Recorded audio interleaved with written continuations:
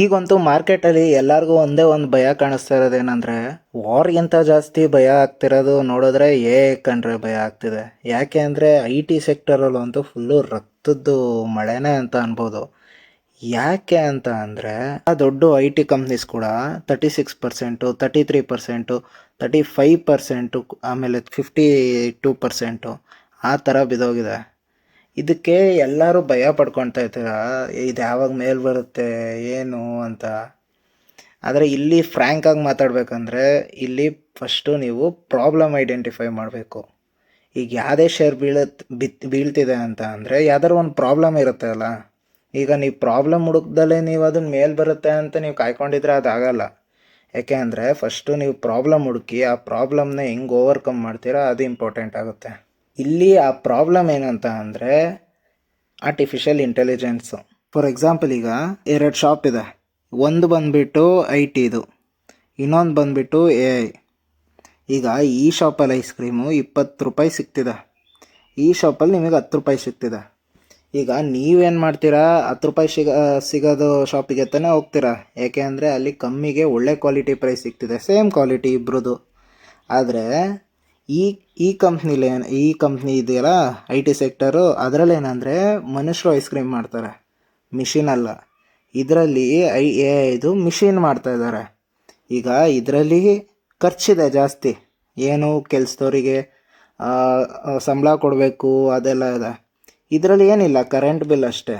Current bill ಖರ್ಚು ಕಮ್ಮಿ, ಜೊತೆಗೆ ಫಾಸ್ಟಾಗಿ ಕೊಡ್ತಿದ್ದಾರೆ ನಿಮಗೆ ಐಸ್ ಕ್ರೀಮ್ನ, ಸೇಮ್ ಕ್ವಾಲಿಟಿ ಐಸ್ ಕ್ರೀಮು.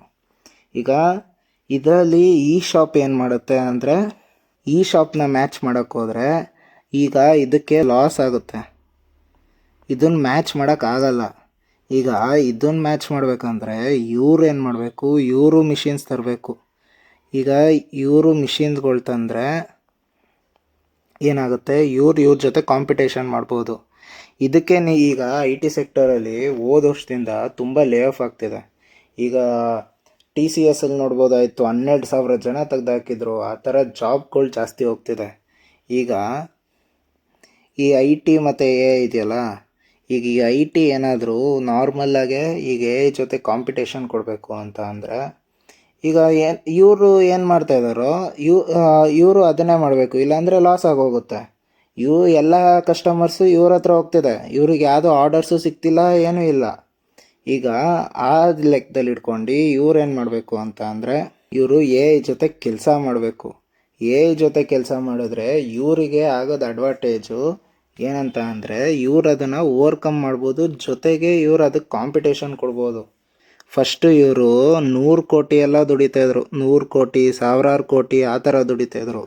ಈಗ AI ಬಂದುಬಿಟ್ಟು ಅದನ್ನೇ 100 ಕೋಟಿನ ವಿತಿನ್ ಸೆಕೆಂಡ್ಸಲ್ಲಿ ಬೇಗ ಮಾಡಿಕೊಡೋದಕ್ಕೆ ಈಗ ಇವರೊಂದು 10 ಡೇಸ್ ಟೈಮ್ ತೊಗೋತಾಯಿದ್ರು, ಓಕೆನಾ. ಇವರು ಅದನ್ನು ವಿತಿನ್ 2 ಡೇಸಲ್ಲಿ ಮಾಡಿಕೊಡ್ತಾ ಇದ್ದಾರೆ. ಈಗ ಅದಕ್ಕೆ ಇವರಿಗೆ ಕಷ್ಟ ಆಗ್ತಿದೆ ದುಡಿಯೋದು. ಇವ್ರಿಗೆ ನೆಕ್ಸ್ಟ್ ಇವ್ರ ಜೊತೆ AIನ ಇವ್ರು ಅಡ್ಯಾಪ್ಟ್ ಮಾಡ್ಕೊಳ್ಳಿಲ್ಲ ಅಂದರೆ ಇವರು ಅದನ್ನು ದುಡಿಯೋಕ್ಕೂ ಆಗಲ್ಲ. ಈಗ ಅದನ್ನೇ ಏನು ಮಾಡಬೇಕು, ಇವರು AI ಜೊತೆ ಕೆಲಸ ಮಾಡಬೇಕು, AIನ ಅಡ್ಯಾಪ್ಟ್ ಮಾಡ್ಕೋಬೇಕು, ಮತ್ತು ಇವ್ರ ಖರ್ಚುಗಳನ್ನ ಕಮ್ಮಿ ಮಾಡಬೇಕು. ಇವರಂತೂ ಇವ್ರ ಮೇಲೆ ಡೈರೆಕ್ಟ್ ಕಾಂಪಿಟೇಷನ್ ಕೊಡೋಕ್ಕೆ ಆಗಲ್ಲ. ಯಾಕೆ ಅಂದರೆ ಇಲ್ಲಿ ಕೆಲಸ ಮಾಡ್ತಾಯಿರೋದು ಮಿಷಿನು, ಇಲ್ಲಿ ಕೆಲಸ ಮಾಡ್ತಾಯಿರೋದು ಹ್ಯೂಮನ್ನು.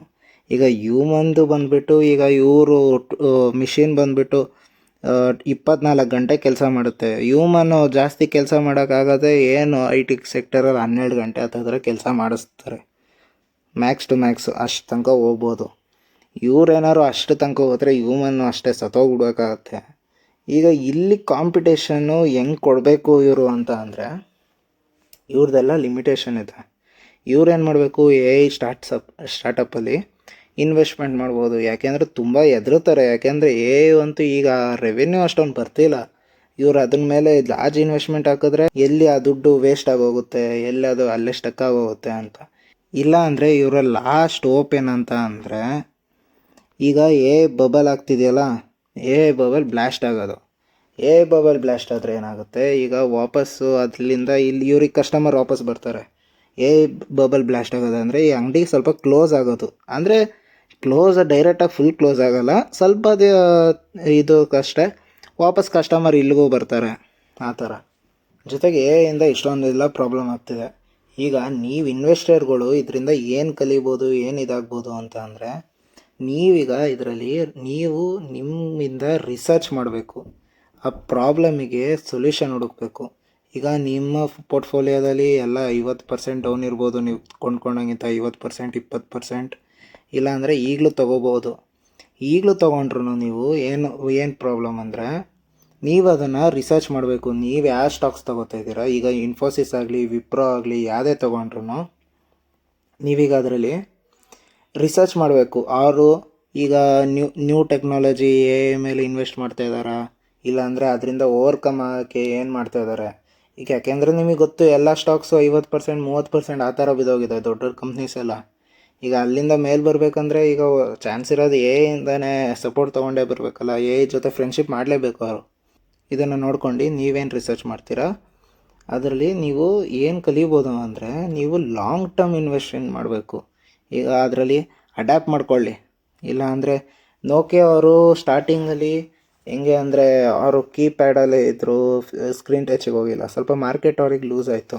ಅದೇ ಥರ ಇಲ್ಲಿ ಕಂಪ್ನೀಸಲ್ಲಿ ನೀವು ಯಾವ್ದು ಕಂಪ್ನೀಸ್ ಯೂಸ್ ಮಾಡ್ತಿದ್ರೋ, ಅವರು ಅಲ್ಲಿ ಇನ್ವೆಸ್ಟ್ ಮಾಡ್ತಾಯಿದ್ರೆ ಅದು ನಿಮಗೆ ಪ್ರಾಫಿಟ್ ಆಗುತ್ತೆ.